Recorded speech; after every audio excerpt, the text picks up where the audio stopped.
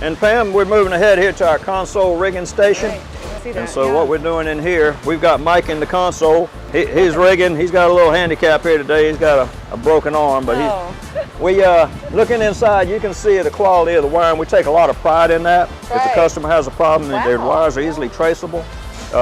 And the service people at the dealerships love it. They can get in there and make additions or change things and fix things without any problems.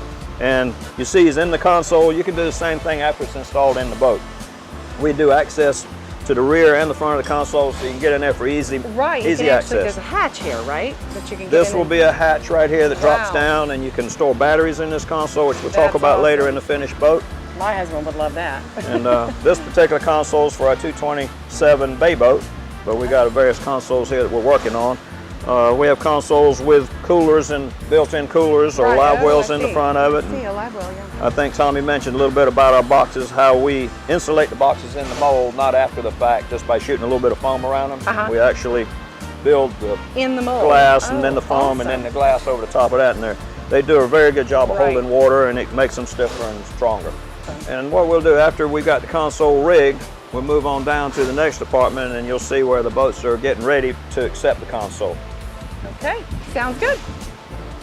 Well, here we are moving forward with the boat after the console has been installed into the boat. At this point in the process, we install all of our lids. If you haven't seen them, they're a nice two-part molded lid. You have a finished surface inside and outside. Some of the interior is installed at this point. We have lid access in the rear, which we'll talk about a lot later in the boat, in the process. After this process, the next step will be to get some rub rail around the boat and make so that you don't see this unfinished place right here on the boat. Got it, right. It covers it up and gives it protection. It's a bumper, you know, Johnny's installing the stainless steel trim in the rub rail. Our employees here wear a lot of hats, and this is just one of his jobs. He does a really good job of keeping the rub rail nice and straight. That's what you see when you're looking at a boat quality.